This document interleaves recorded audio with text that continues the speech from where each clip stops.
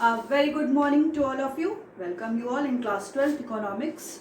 So as you know that from the previous few classes we are continuously studying the chapter, that is chapter 5 of your macroeconomics, that is money. Okay. So in this chapter what we have already discussed, we have discussed about the introduction of the money. Okay. Next, we have discussed the evolution of the money. So from where money had been evoluted, कहाँ से money term introduced हुआ है, तो मैंने discuss किया था कि money terms Latin words that is moneta से आया है, जो गॉडेस है जूनो, ठीक है, उनके सर नेम का आया है. रोमन की गॉडेस है सर वो जूनो, उनके सर नेम से, जिनके टेम्पल में क्या थे, कॉइन्स वर मेड, वहाँ पे कॉइन्स बनते थे, तो वहीं से ये टर्म मोनेटा आया है और वहीं से ये चेंज होके the term money is introduce. Next हमने पढ़ा इवोल्यूशन. सो इवोल्यूशन में पढ़ा कि commodity money, then metallic money, then paper money और बैंक मनी और the credit money like debit card, credit cards, ATM etcetera. ठीक है. So after that we have started the topic that is meaning of the money. What is the meaning of the money? So simply we have discussed money is what money does. Money वही है जो money का काम करती है.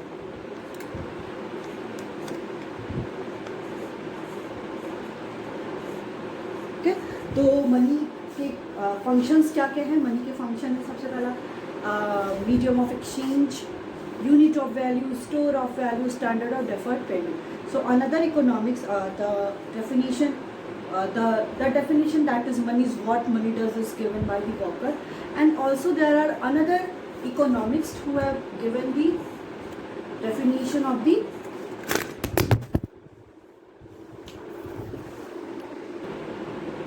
okay. So who has given the another definition that is money is anything which is accepted as the medium of exchange, unit of value, standard of deferred payment, and the store of value. Okay, so we have already discussed. Next topic that we have started, that is the definition of the money. So what is the definition of money? The definition of the money can be explained with the different aspects.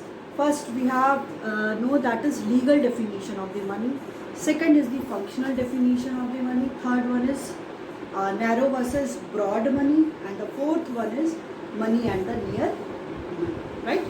So all these we have already discussed in the previous class, that is what is the legal definition of the money and the functional definition of the money. So in today's class we are going to discuss about the, first of all we will discuss the narrow money and the narrow money versus broad definition of the money, and after that we will discuss the money and the near money, and we will also start the money supply. Okay, so let's get started.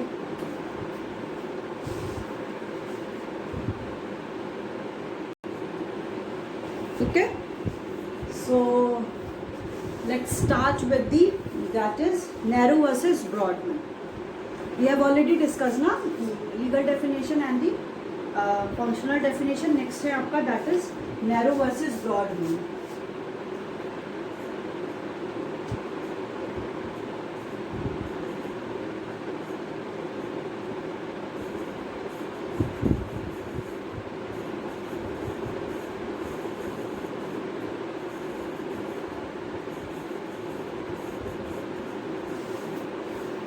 So narrow versus broad money.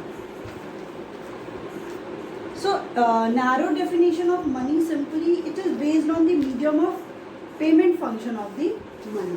अगर हम लोग बात करते हैं narrow money की, तो इसका ये क्या है, ये किस फंक्शन पे बेस्ड है, ये आपका बेस्ड है that is medium of payment.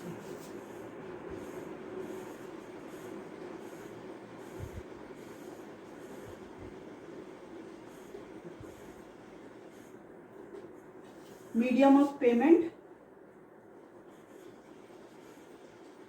function of money.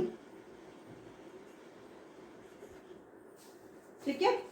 So anything which is commonly accepted as a medium of exchange is included in narrow definition of money. ठीक है, कोई भी चीज जो एक मीडियम ऑफ एक्सचेंज की तरह क्या हो रही है, हम उसका एक्सेप्ट कर रहे हैं, उसको जो भी हम एक्सेप्ट कर रहे हैं as a medium of exchange की तरह, ओके, सो जिसको भी हम लोग as a medium of exchange की तरह एक्सेप्ट कर रहे हैं वो आपका क्या हो जाएगा, नैरो मनी. ठीक है, सो इसमें क्या क्या इंक्लूड्स होता है, it includes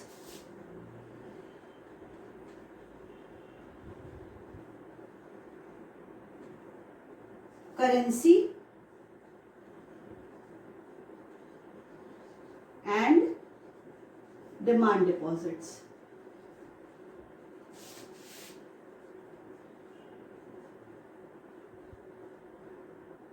currency and demand deposit. ठीक है, सो हम लिखेंगे m equal to, m is here money, money is equal to c plus dd. ठीक है, मनी इक्वल टू क्या है आपका, करेंसी प्लस डिमांड डिपॉजिट. ठीक है, सो यहाँ पे m देखिए क्या है, m is here money, so money is equal to C is currency. तो आपका करेंसी में क्या क्या आ जाएगा, note plus coins plus DD is here demand deposits.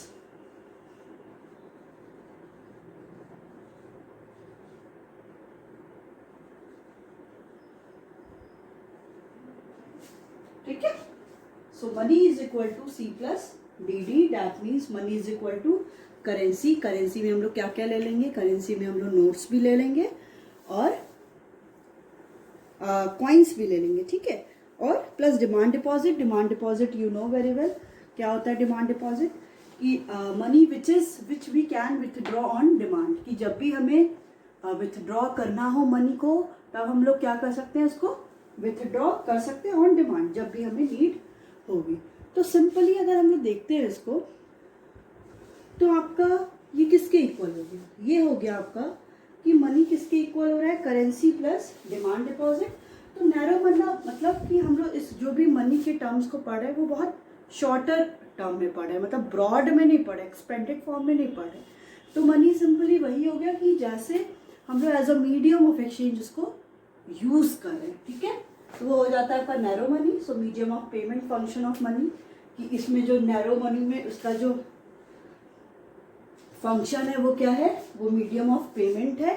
ठीक है, सो इसमें क्या क्या आता है, it includes currency and the demand deposit. Currency और डिमांड डिपॉजिट आता है. So m equal to C plus DD. So m is money and C is for currency, और करेंसी में नोट्स प्लस कॉइन्स भी हम लोग लेते हैं, क्योंकि जो भी नोट्स है आपने देखा होगा 10 रुपीज़ की नोट, 100 रुपीज़ की नोट, 500 की नोट, 1000, 2000, जो भी, अभी तो 1000 की लीगल टेंडर में नहीं है. ठीक है, तो ये सारी, और कॉइन्स जो भी 1 रुपये के कॉइन हो गया, 10 रुपीज़ के कॉइन, 5 रुपीज़ के, तो ये सारे आपके करेंसी में आएंगे और plus demand deposit. So this is your narrow money. Next topic is that is broad money.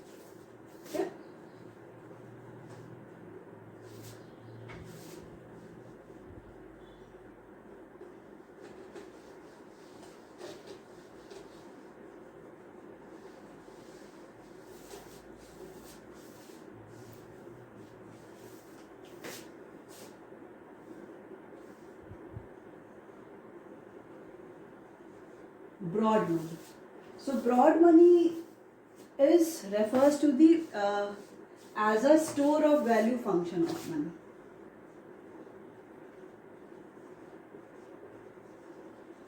Store of value function of money, कि मनी का जो आपने देखा होगा कि एक as a store of value हम लोग जो बात करते थे, कि मनी को हम लोग क्या है कि स्टोर भी कर सकते हैं.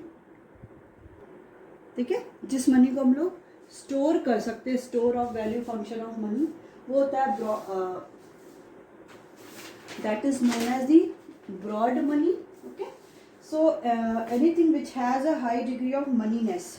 ठीक है, कोई भी मनी और कोई भी चीज़ जिसमें बहुत ज़्यादा मनीनेस हो, मतलब उस पर पूरी क्वालिटीज मनी की होगी। किसको किसको हम लोग मनी कह सकते हैं, उसमें हाई डिग्री ऑफ मनीनेस हो उसको हम लोग ब्रॉड मनी कहते हैं। Anything which is widely use as the store of value, कोई भी चीज़ जिसको हम लोग as a store of value use करते हैं is included in the category of the broad money. उसको हम लोग किस कैटेगरी में लाते हैं, ब्रॉड मनी की कैटेगरी में लाते हैं। ठीक है, सो इट इंक्लूड्स, ये क्या क्या इंक्लूड करता है, ये इंक्लूड करता है that is currency,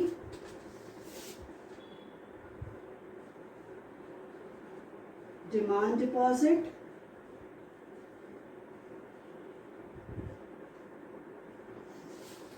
next one is saving deposit,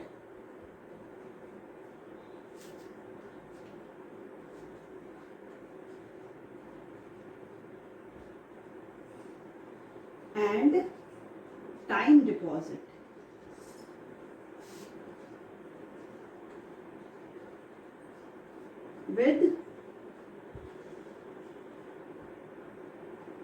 With all banks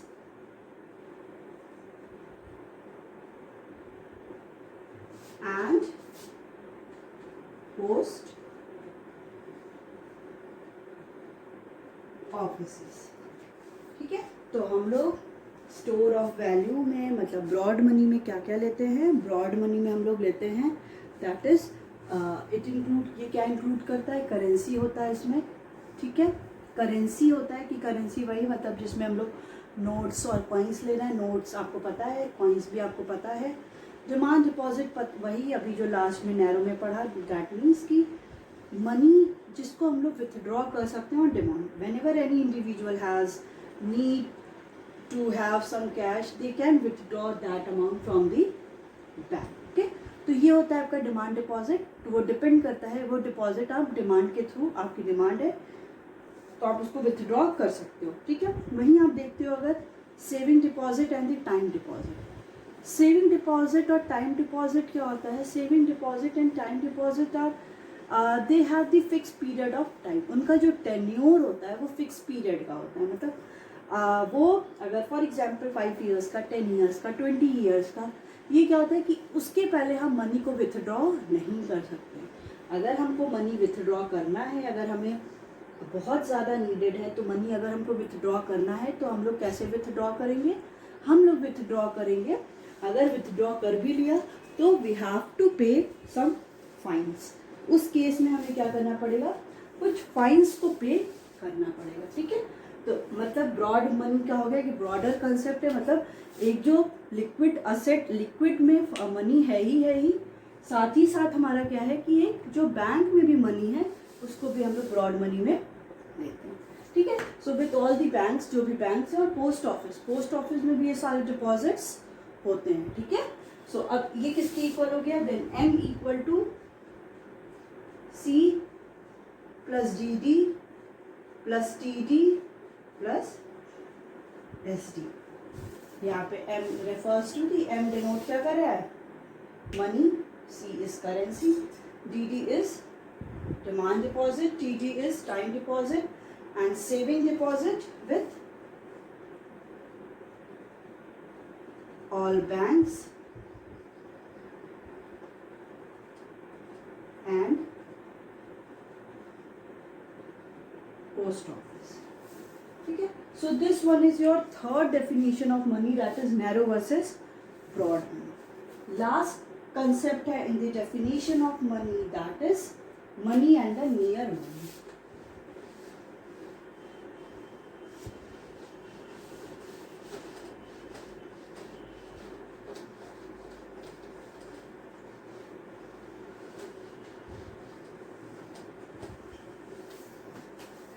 Money and near money.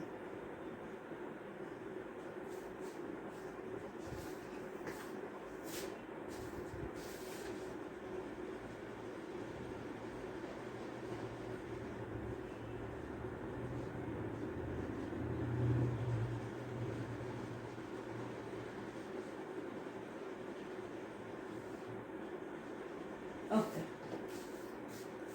Money and near money. ठीक है, so money and near money, first of all we will discuss what is money. Money क्या होता है ये आपको पता ही है. तो यहाँ पे हम लोग देखते हैं मनी. ठीक है. So money is simply, money is anything which is accepted as a medium of exchange. Money वो है कुछ भी जिसको हम लोग as a medium of exchange क्या करें, एक्सेप्ट करें. So it is accepted as medium of exchange function. Okay, and it is issued by the law of the any country. Okay, ये क्या होता है कि कंट्री की कोई भी, and it is the legal sanction of the law of the land. It is the legal sanction, मतलब legally क्या है, सेंक्शन किया जा रहा है. कौन कर रहा है, of the law of the land, मतलब law of the country, legal section of the.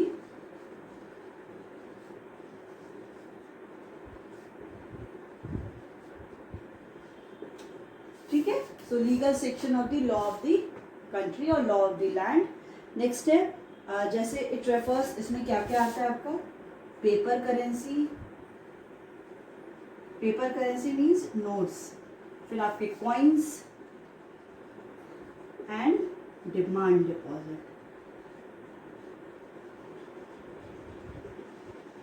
ठीक है. So it also refers to a cash. इसको हम और क्या बोलते हैं,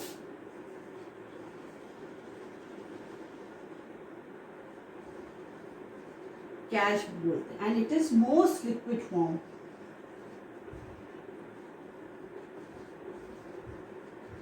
बहुत ज़्यादा लिक्विड फॉर्म में होता है. लिक्विड फॉर्म मतलब लिक्विडिटी, मतलब which is very liquid and which can be easily converted into cash. ठीक है.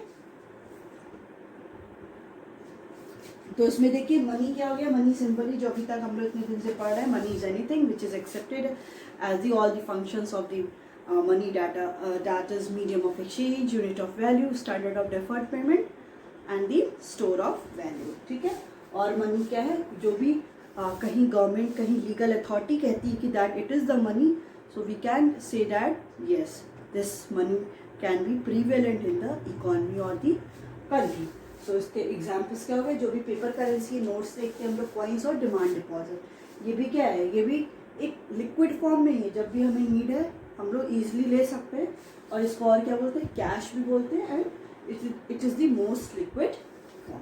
ठीक है. सो ये है आपका मनी. नेक्स्ट जो टॉपिक है दैट इज नियर मनी. ठीक है, उसको देखते हैं.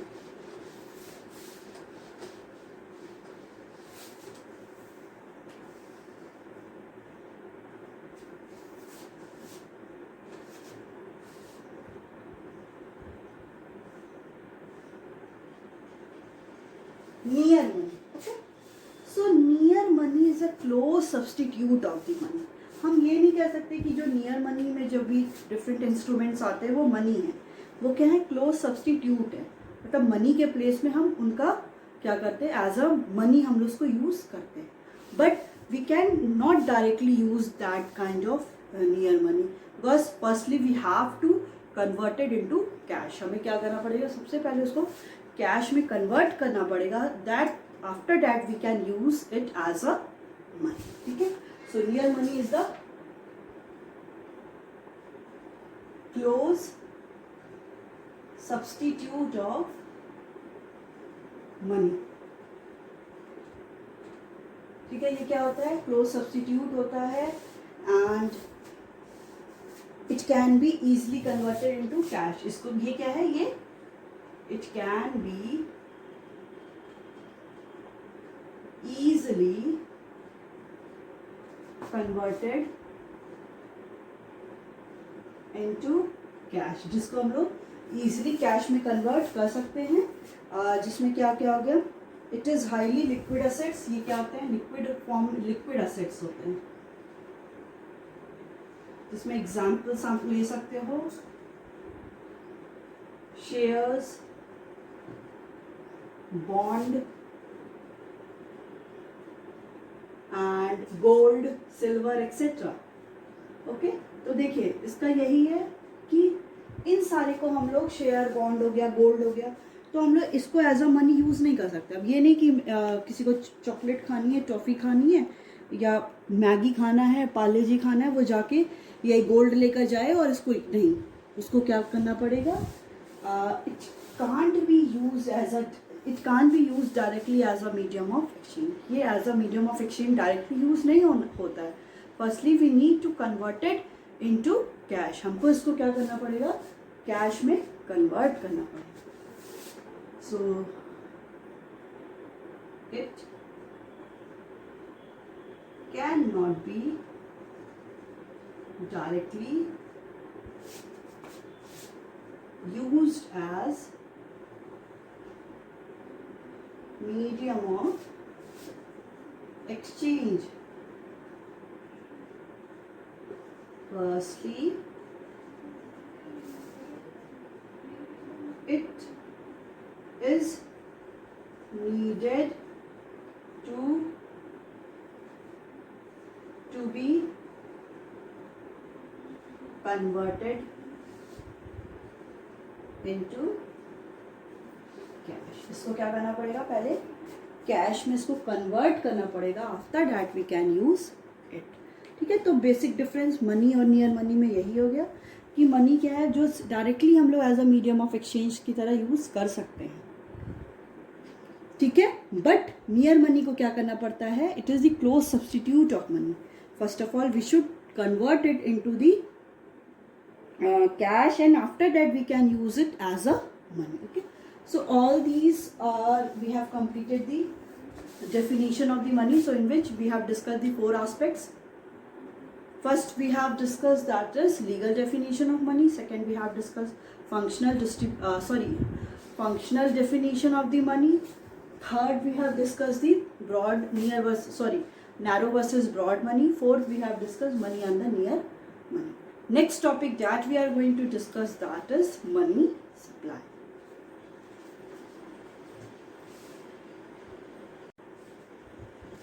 So the next topic that we are going to discuss it, that is money supply.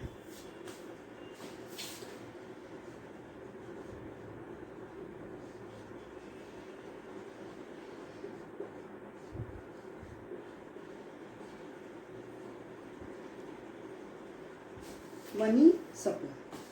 ठीक है, so money supply is simply means total stock of money, total stock of money which is in circulation in the economy. Total कितना money है economy में जो circulation में है, किसके form में, करेंसी के फॉर्म में, डिमांड डिपॉजिट के फॉर्म में। ठीक है, सो इसमें कह रहा है money supply refers to the total stock of money in circulation in an economy at a given point of time. ठीक है, इसमें देखिए हम लोग को क्या क्या मेन पॉइंट मिला, total stock of money, total stock of money in circulation. Money supply simply means the total stock of money in circulation in an economy at a given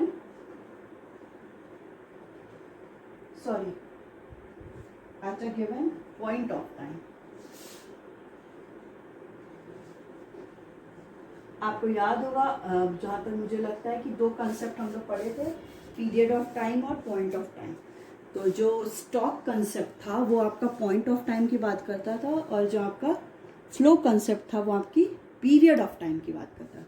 तो इसके थ्रू हमें पता चला कि मनी सप्लाई क्या होगा, वो स्टॉक होगा। देखिए यहीं पे लिख रहा है total stock of money, total stock money का कितना है इन सर्कुलेशन, सर्कुलेशन में कहाँ पे, एक इकॉनमी में, कब, जब किसी पॉइंट ऑफ टाइम की हम बात करते हैं, तो उस इकॉनमी में कितना मनी, पूरा मनी कितना सर्कुलेशन में है, उसको हम लोग बोलते हैं money supply.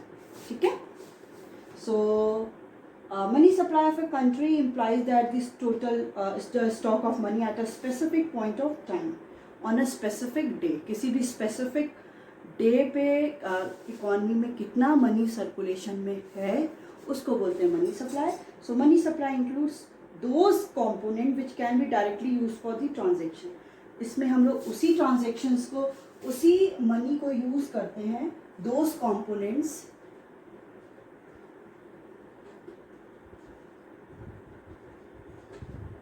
which can be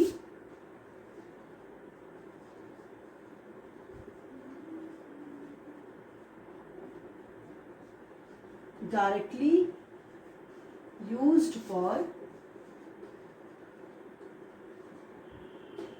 transaction. ठीक है. सो इनको क्या है कि इसमें वही सारे कॉन्सेप्ट आते हैं जिनको हम लोग डायरेक्टली यूज कर लेते हैं फॉर दी ट्रांजेक्शन के लिए. ठीक है. So these components are also known as transaction money. अब ये सारे all these components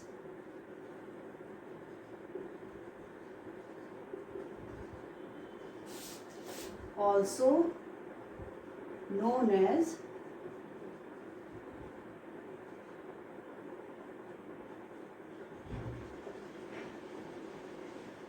transaction money. ठीक है.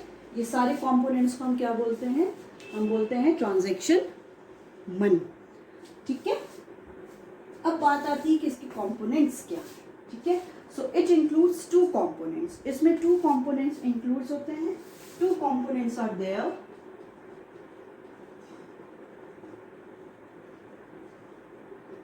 First one is currency and second one is demand deposit, net demand deposit. So first one is currency and second one is net demand deposit. ठीक है. सो currency and net demand deposit. So currency में क्या क्या आएगा आपको पता ही है एकदम अच्छे से. Paper money and the coins, जो भी पेपर मनी है और नोट्स है और coins which is held by the public, क्योंकि ये करेंसी कौन हेल्ड करता है, किसके पास होता है? पब्लिक के पास होता है. अब चाहे वो प्राइवेट इंडिविजुअल हो या बिजनेस फॉर्म्स हो. And also known as currency held outside the bank. और इसमें जो बैंक में करेंसी हेल्ड हो रही है वो भी आता है, और जो करेंसी आपका बैंक के बाहर भी हो रहा है वो भी इसमें इंक्लूड होता है. और नेट डिमांड डिपॉजिट जिसके थ्रू क्या होता है? चेक्स इशूड होते हैं which is held by the commercial bank. जो कौन हेल्ड करता है? कमर्शियल बैंक करता है. ठीक है. तो इसमें क्या दो कंसेप्ट आ गए, that is currency and net demand deposit. Currency जो किसके फॉर्म में? कैश के फॉर्म में, मतलब कॉइन्स के फॉर्म में और नोट्स के फॉर्म में इंडिविजुअल के पास बैंक में है. ठीक है. और जो कमर्शियल बैंक के पास है, मतलब held by the public held करती है. ठीक है. वो चाहे इंडिविजुअल पब्लिक करे या कोई बिजनेस फॉर्म करे. और वो करेंसी क्या है? बैंक के आउटसाइड भी हो रहा है, उसको भी हम लोग करेंसी में इंक्लूड करेंगे. नेट डिमांड डिपॉजिट क्या है? Which is issued against the cheque. Cheque के थ्रू हम लोग डिमांड डिपॉजिट को क्या करते हैं? इशू करते हैं. ठीक है. तो ये क्या हो गया? इसके थ्रू हम लोग ने ये जाना दैट इज मनी सप्लाई क्या है? It is the stock variable होता है and it refers to the stock of money. Money का स्टॉक कितना है जो मनी इन सर्कुलेशन में है किसी भी इकॉनमी में eight a given point of time. ठीक है. सो इसमें देखिए क्या कह रहा है. इसमें कह रहा है फिर से देखते हैं मनी सप्लाई क्या है. Money supply simply refers to the total stock of money. Total stock money का कितना है इकॉनमी में, जो कहाँ पे है? In circulation. जो आपका कहाँ पे है? सर्कुलेशन में है किसी भी इकॉनमी में eight a given point of time. किसी भी गिवन पॉइंट ऑफ टाइम में कितना मनी इकॉनमी में सर्कुलेशन में है उसको हम लोग बोलते हैं money supply. And those component which can be directly use for the transactions. ठीक है. और इसके कॉम्पोनेंट्स क्या? बहुत सारे कॉम्पोनेंट्स इसमें इंक्लूड होते हैं जो एक ट्रांजेक्शन के लिए ईजिली हम लोग यूज़ करते हैं. जैसे आप इसमें टाइम डिपॉजिट और सेविंग डिपॉजिट को नहीं ले सकते हैं क्योंकि हम लोग पॉइंट ऑफ टाइम की बात कर रहे हैं. तो जो रेगुलर बेसिस पे हम लोग money saving deposit time deposit को नहीं करते क्योंकि वो फिक्स पीरियड ऑफ टाइम के लिए होते हैं. तो वही उसी कंपोनेंट को लेते हैं जो ट्रांजैक्शन के लिए डायरेक्टली यूज हो रहे हैं. ठीक है. These components is also known as transaction money. जो इसके कंपोनेंट्स हैं उसको हम लोग ट्रांजेक्शन मनी भी कहते हैं. एंड उसके टू कंपोनेंट्स क्या क्या हैं? इसके टू कंपोनेंट्स हैं, दैट इज करेंसी है और net demand deposit. So currency which is held, okay, so currency which is held by the people, individual or by the business firm, and it can also be included outside the bank. And net demand deposit which can be issued against the checks.